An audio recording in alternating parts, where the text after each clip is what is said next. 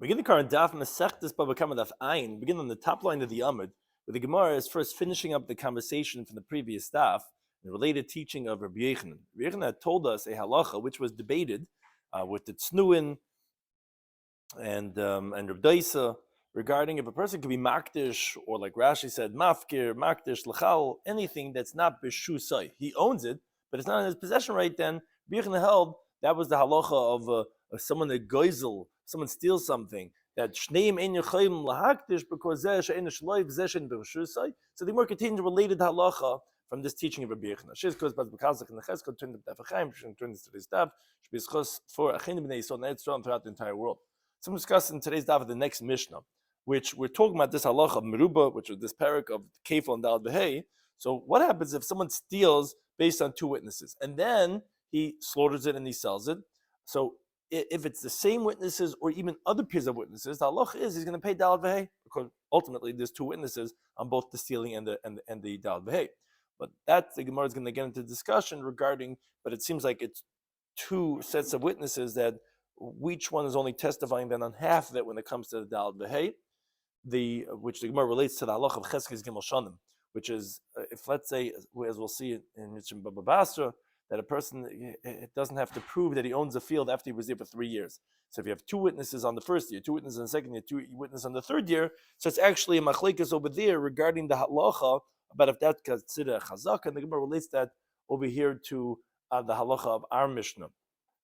Also, another case of our Mishnah is Ganav Macha b'Shabbos. If someone steals and he sells it on Shabbos, he's going to pay Dal V'hei. But the Gemara is going to discuss regarding a case when the person sold the animal through a Chil Shabbos. So since he's Chayiv Misa for the Chil Shabbos, he's actually part of Dal V'hei because that's based on the principle of Kam Lei b'Dirabah Minei. So begin the current Daf Ayin, begin the top line of the Amud. So Amr Nardai, we're going to see how this relates back to the previous Daf with Rabbi Yochanan, which is essentially really his basic principle of his halacha regarding can you do something when it's not in your rishus. Rabbi Yochanan says you cannot be makdish, you cannot be makal, because it's not in your rishus. So related to Nardins, they said like urkasa, you cannot write a shtar harsha, which is a power of attorney. You cannot write it on metatli on a movable item. So Amar Rav Shloimy says, "My temo, what's the reason? Why can't you write a power of attorney on a movable item?"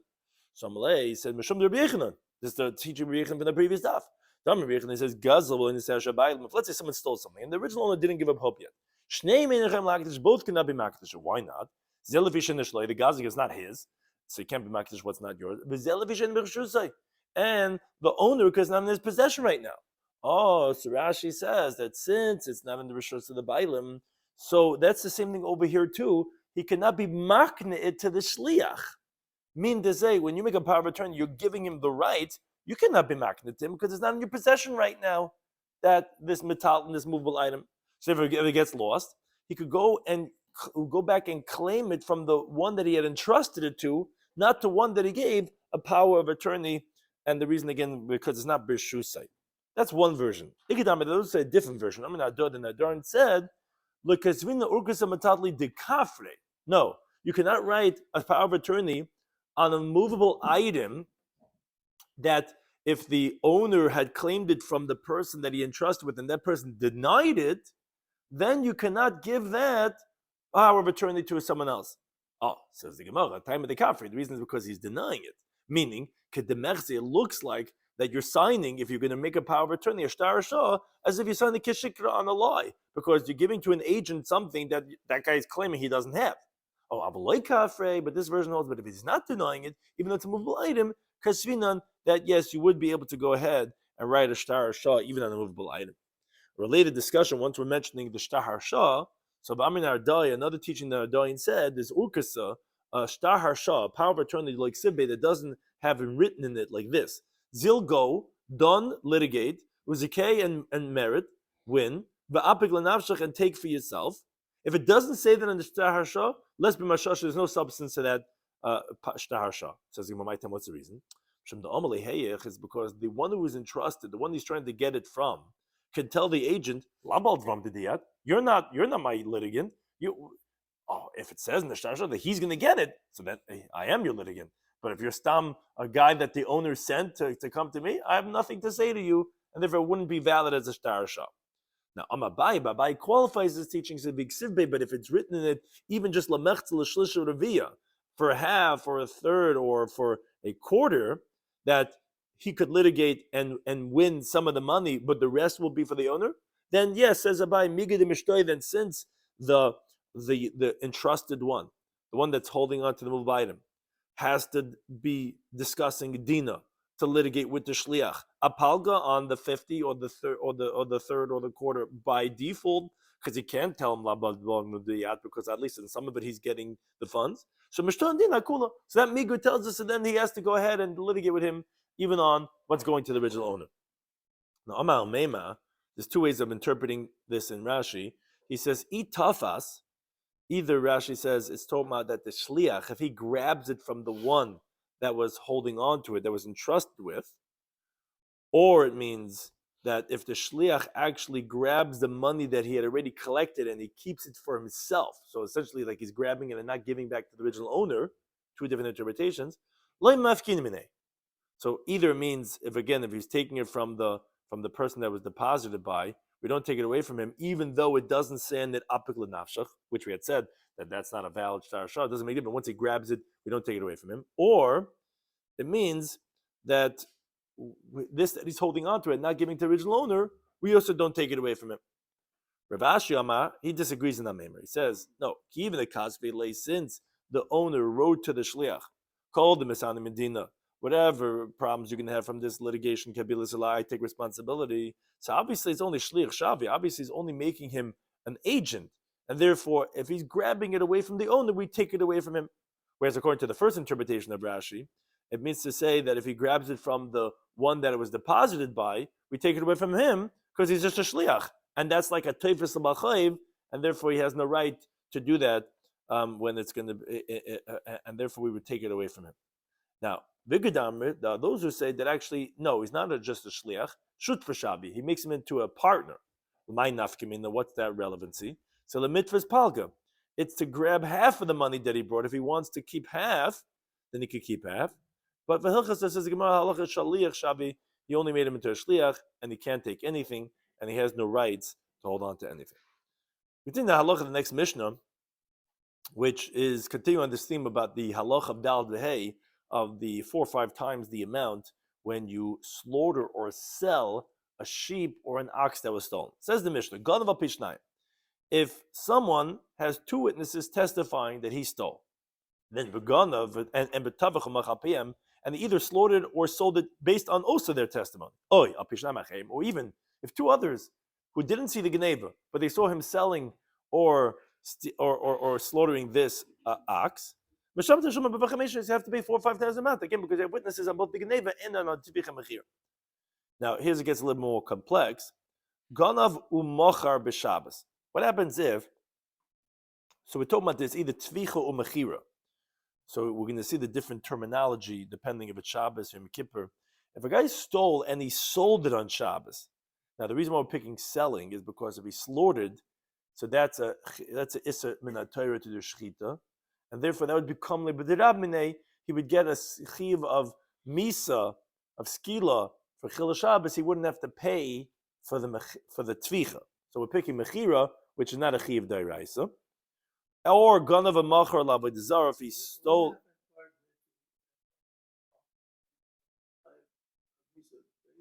Right, so that we talk about, that's the price of Rabbi Shmuel we bring many times, that says that even though you're not going to be chayiv, because they're not prosecuting, but since you could have been chayiv misa, that itself is a patur on the lesser punishment. Now, ganav a machar l'avodah zarah, let's say someone stole and he sold it to avodah zarah. Again, that is no chiyuv misa on that, whereas if you slaughtered for avodah zarah. So these 2 cases we pick specifically selling, or ganav v'tavach b'mikvum, or someone stole and he slaughtered on Yom Kippur, because like Rashi points out, when you do deliberately the iser malacha on Yom Kippur, you only get karas, you don't get a chiv of skila, so therefore that, according to this Tana, doesn't qualify for kamli b'drabmanei. Or, and each of these cases we're going to be discussing, ganav mishal avev v'tavach machar. Let's say someone stole from his father, and he slaughtered and he sold. But v'achikach meis avev, and then his father died, because Rashi points out, if his father died and then he slaughtered or sold, so that's the seifa of this Mishnah, which on Ayin Dalam Beis says you're going to be potter, because he already inherited his father before he slaughtered and sold it. So that would be what's called shaloyu tebech shaloyu meicher. He wouldn't be chayav dal v'hei. What happened over here is that first he slaughtered and sold, and then his father passed away. Or let's say another case. These are all different cases. If someone stole, slaughtered, and then he was makdish. So all these cases, all these cases, you're going to pay 4 or 5 times, because let's say when you sold on Shabbos, okay, you did a mechira, but that's not a chiv misa. If you sold avodah zarah, that's also not a chiv misa. So you did geneva and mechira. It's also not a chiv misa. If you sold from your father and you slaughtered and you sold it, and then he died, so you already were chayav dal behei before he died. Or if let's say, even though hektish you're not chayav, but you already did the geneva tvicha before you makdish, so all these cases you would pay dal behei. We'll see other cases of these same variations of these cases that you wouldn't. But that's what our Mishnah is talking about when you're going to be chayiv. Now, let's say ganav v'tavach l'refua. Let's say someone stole an animal and he slaughtered it for medicinal purposes. Oil club to give him to his dogs. Or hasheichav v'nimtzes treifa. Let's say someone slaughters an animal, he finds that it has a mortal defect. Or hasheichun bazar. If someone slaughters unconsecrated animals in the courtyard of the Beis Hamikdash. All these cases, Lamaisi did a geneva and a tvicha. So you can be chayiv dal v'hei. Shimon says, no, these two of treifa and chulda azara are going to be exempt, because Reb Shimon holds shchita she'ein ruya, a slaughtering that doesn't make it permitted is not considered as a shchita, as the Gemara tells us on the next daf. Right. The one that was nothing to do with the Gana. Right. But if the Gana takes it to the Azura, he did it with his own hand. Right, exactly. So why would that be the same? It's just not a shchita, that's all. It's not because of that. It's just not a shchita. Now, in contrast, if he does it for medicinal purposes or for the dogs, it's still shchita ruya. If he wants, he could eat from it. So those two he disagrees on. Okay, it says the Gemara, let's say our mission is not like Rabbi Kiva. Why? Because the Rabbi Kiva, he says the following teaching. There's a pasuk in the Varm that says, Al pi shnaim edim yakum, based on 2 witnesses, it will upstand davar, something. Meaning halacha requires, says the Torah, that if you want to substantiate something, you want to validate something, you need to have 2 witnesses. Now, but the word davar indicates v'lo chatzi davar, not a half a thing. So how is that not like our Mishnah? Because when you have witnesses that said, we saw him slaughter this animal, because we said 2 cases. We said 2 people saw him steal, and then when he slaughtered and sold it, it was either those same 2 witnesses, or we said apishnaim eid machem, or 2 other witnesses. Wait a second, they're only testifying on half of a thing. Because if you don't have witnesses of the Geneva, so you could say, Shkoyach, of course I was slaughtering this animal, it's my animal. It's only because you have 2 witnesses who said we saw him steal it. So that's chatzi davar. Those 2 witnesses are only testifying on half of a reality. It's not enough to prosecute them without the other 2 witnesses. And Rabbi Kiva holds that's not valid of testimony. And I'm just saying it is valid to incriminate him for the chiv of the tvich mechir. The time I learned that Bryce, I'm Rabbi Yisi. It says, when Abba Chalafta, meaning his father, Chalafta, went to Rabbi Yechon to learn Torah. Some says Rabbi Yechon went Eitzel Abba as Getim Talmud Beis Chalafta. So either way, either his father, Rabbi Yisi, went to him, or he came to Rabbi Yisi's father. Amaloi said to him the following halacha: Harisha Chala, if someone ate the produce of a field that he was in, Shana Rishayna, the first year, B'fnei Shayim, in front of 2 witnesses. Shniya, the second year, B'fnei Shayim, in front of 2 witnesses. Shlish is B'fnei Shayim, and then the third year in front of 2 witnesses. Now, what's the halacha? Meaning, the halacha is if you want to have a chazaka on a field without showing that you own it, it has to be cheskes gimel shanim. You have to prove that you were in possession 3 years. So you have to have testimony. Let's say each year were 2 different sets of witnesses. What's the halacha? Amalai said to him, it is considered as a chazaka. Amalai said to him, I also say the same thing, that it should be chazaka. Rabbi Kiva disagrees on this. Why? Rabbi Kiva, because he says, davar, when it says, davar can't be half a thing. When you have one set of witnesses in the first year, that's nothing. That's only a third of the testimony. Or 1 set of witnesses on the second year, and so on. So he says that Rabbi Kiva would hold that's not a valid chazaka because each set of witnesses is not saying a full thing. So al kaponim, it seems like our Mishnah is not like Rabbi Kiva because the pair of witnesses on the selling have no validity because it's only a chatzi davar. So Mabai says, no, not true. I felt him Rabbi Kiva. You could even say our mission like Rabbi Kiva. How so? Mila might Rabbi Kiva, doesn't Rabbi Kiva agree? Bishnai ma'im kiddush. So let's say you have two witnesses who say that Reuven got engaged to Leah in Nisan. Then Bishnaim are Mabal. Then you have two other witnesses who say that Leah had Bia with Shimon in Ir.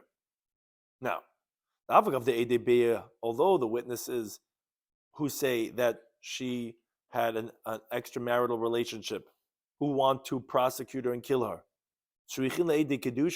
obviously they need to aid him that she was married at some point, because if it wasn't married, so she's a single girl, she wouldn't get a chiyav misa, she wouldn't get executed. Now, so what's the pshat? How, according to Rekiva, would that work? Because kivan the Eid Kiddushin, the witnesses of the Kiddushin don't need the witnesses of that she had this extramarital relationship, because without them, they're still making her into a married woman that she's forbidden to the entire world. So Dava Kurdin Bay. So that would make it that even the witnesses of the Bia, of the Znus, would also be valid. They're also considered independent, and therefore the woman would be executed. Because Chatzi Davar is only if there's two halves. But it's not two halves. The Eidei Kedushin are independent of the Eidei Bia. So the Eidei Bia then, by default, independent of the Eidei Kedushin. Sachanami here also in our Mishnah. Although the witnesses of the slaughtering, of course, need the witnesses that were stolen, because you say the guy slaughtered this shkoyach, it's mine. They only need, but no, we have witnesses that were stolen, and then we saw you slaughter that animal. But even but since the witnesses that were stolen don't need the witnesses that are slaughtered to prosecute him for kafel, they could do that without the witnesses of the slaughtering. So that's the same svara davar karina bay. So that's considered as a davar. But in contrast, the witnesses of the chazaka of the field of 3 years, that each pair needs the other one. Neither one are independent. And therefore that's the difference, although Rabbi Kiva disagrees over there and says that's a chatzi davar. In our Mishnah, says Abayi, he would hold that it's a davar, as we see for the halacha of an Eishes Ish being mezana. But now the Gemara asks, once we introduced this teaching, because we wanted to know who's the author of our Mishnah, but Rabbanan, hai davar v'lei chatzi davar l'mutei mai. According to Rabbanan, that disagree with Rabbi Kiva, and they hold that even if you have witnesses in 1 year and witnesses in the 2nd year, and different witnesses in the 3rd year, it's going to be a valid chazaka. So obviously that's not a flaw in chatzi davar, but what does davar v'lei chatzi davar then come to teach us according to the Chacham? Says Gemara, it's coming to exclude if, let's say, that they're coming to make a woman as a gedela regarding punishments, or let's say that her kedushin should be a kedushin, and they're coming to say that she's an adult. Echad omer begaba. One witness says that I saw here by her knuckles. It's not clear exactly what that means, but like he saw here in one area. Echad omer bekresa, one says by her belly, meaning they saw in 2 different areas here. Says the Gemara, that's chatzi davar that you're saying is not valid? But that's high chatzi davar. That's first of all half, because each one's only saying 1 here. It's also a chatzi eidisu. It's half of a testimony, because you only have 1 witness for 1 here. Obviously, it's not an eidis. Eidis requires 2 witnesses. So the Gemara says, no, it's coming to include if 2 witnesses say echad begaba, we saw 1 here on her back. For shnayim arma, 1 say, and 2 say echad bekresa, 1 on her belly. So you have 2 witnesses, but still it's only 2 witnesses on the chatzi davar, because hani amar this pair of witnesses saying she's a minor, and these witnesses think she's a minor, because all you saw was 1 here. 1 here is still a minor. So therefore they don't combine.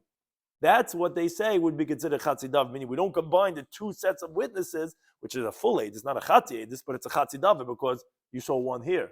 But that testimony is telling us she's a ketana, even though it's different hears.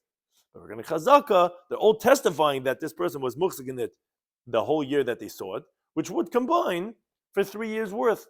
But 2 hears, we're not going to combine, because that testimony is saying that she was a ketana. Whereas here it's saying that the person was muchzik. So but if you combine them, it should be a gedela. No, that would not, because that's not what their testimony is. That's going to be considered as a chatzi davar according to Rabbanan. Now the Mishnah continued and said, we spoke about a case, someone stole, and then he sold it on Shabbos. They said that's a case that's going to be chayv dalad v'hei because he stole it, and then he sold it. It says I Batanya in the Brisa Potter. But in the Brisa, if someone steals and he sells on Shabbos, it's going to be Potter. Contradicts our Mishnah. So Amar Rabbi Chama says, no, it's not difficult because Kitanya Hid the Potter. When do we learn that Brisa that is going to be exempt? Is obviously why would you be exempt for selling something that you stole? It would have to be because you did somehow some type of chil Shabbos that you'd be chayiv misa for, and then we would have the principle of kim le'v'ramene. The problem is selling is not a chiv da'iraisa. It's v'daber davar. It's mitzvah. It wouldn't be something that you would be potter seemingly on the sale for. So the Gemara has to explain the case why you would be chayiv misa. He says, pick a fig from my fig tree for the value of the stolen item on Shabbos, and then your stolen item will be acquired by me. Meaning the buyer is telling the seller has stole this animal, and on Shabbos he says, here, pick this fig from my fig tree, says the buyer, and by picking it, you'll acquire the fig, and I'll have the transfer of the sheep that you stole. And that's what he did. And how did he sell it? By chiyuv misa, of picking, which is harvesting tailish on Shabbos. Some of they said, no, that doesn't work. Why? When the owner of the fig tree is going to go to court to summon the guy who picked the fig tree, Kaman Bedina, in front of us in the court case, to say, hey, give me back my figs that you picked, or give me what you sold to me for the value. We're not going to tell the Ganav, Zil Shalom, go pay. Why not? Because at the same time, what he did, that act of picking the fig, was a chiyuv misa. And we're going to say, come and grab him there. So, ha mechira, nami lav mechirahi. It's not even a sale. This can't qualify as a case of mechira to say that, oh, if it was tabach, if it was ganav or macher b'Shabbos, it's going to be pater. It's not even a mechira. And how do we know it's not a mechira? Because if you went to court, they wouldn't say, go pay him. So Elamar Papa says, I'll tell you a different case. Where he tells him, throw your stolen object into my courtyard on Shabbos, and I'll give you the money. And then your stolen item will be acquired by me. And that's what he did. And this case is different than the previous case, because here the buyer actually already acquired it. In the previous case, he's going to have to go collect money from him, because he only picked his fig. Well, you're not going to have to collect the money anyway, so that's not a mechira. Here we're saying he automatically acquired because he threw it into his courtyard. And at the same time, he's chayiv misa by haitzah and achnasa by throwing it into the guy's courtyard. Oh, so it's a mechira because the guy got the stolen object, he acquired it, the lekech, but it's a chayiv misa. So you can be putter on the dalad v'hei from that mechira because you chayiv misa for the same action. Says the Gemara, wait a second, come on, who's this like? Must be Rabbi Kiva. That he says in Perek Azark and Shabbos of Tzadik Zayin Medal, Kluta Kemisha Hun Chadami. When something is contained in the ear space of something, it's like it's already laying down in that space. So when someone throws from one domain to another domain, since it's in that ear space, he's already liable for the Chiyuv of Shabbos. So it comes out that the Chiyuv of Shabbos and the Chiyuv of the Mechira came together at the same time. Because the ear space of the courtyard acquires it for the buyer, because since it's going to end up landing, it's like it's already landed, which Taisa explains actually in more specifics that even according to Rabbi Kiva, once it reaches the ear space of the courtyard, you're chayav for Shabbos, because the halacha b'shusa yochid is that for the halachas of Shabbos, it goes up to the sky. The problem is, regarding kinyanim, you don't acquire in the ear space until it comes into the ear space of the walls, as obvious in the Gemara and Gittin Davayin Tes. So once it comes into the ear space, meaning, so therefore what Tais is asking is that's not true. It's not boing ke'echad. It's not happening at the same time because the chiv of Shabbos was first. Then you actually should be chayiv on the dalad v'hei because it wasn't at the same time. Says Tais, no, here we're talking about that he threw through a window, let's say. He threw through a window, so it was coming into the ear space and into the with the aver mechitzas at the same time. So the airspace of Rosh but outside first. Therefore, we would be putter. no, but the Chil Shabbos and the Kinyan happened at the same time because when it gets, if you're throwing it over a wall, that place says that second that you threw it over the wall, you did Chiv Shabbos, but the Kinyan, the Mechir was not till it got into the wall space. But you throw through a window, it's going to be it's this it's going to be this it's going to it's going to it didn't go through the chutzah first. No, into the chutzah, the window of the chutzah, let's say. No, so you're going to be potter. Why? Because no, he's going to potter for the dalad vehei of the mechira because the mechira happened together with the chil Shabbos because it didn't first go into the ear space and then into the walls. If it was separated, then you would be chayiv on both. Chayiv for chil Shabbos, it gets stoned to death, and you'd also be chayiv for the mechira of dalad vehei because it wasn't the same thing. But when you throw through a window, it's not. There's no time that you're ever over the area to be chayav Shabbos, and then within the mechitzas to be then having a mechira, because the mechira only happens when you're within the mechitzas. Shabbos it goes up to the sky. Your Rosh Yachid is even above your partitions.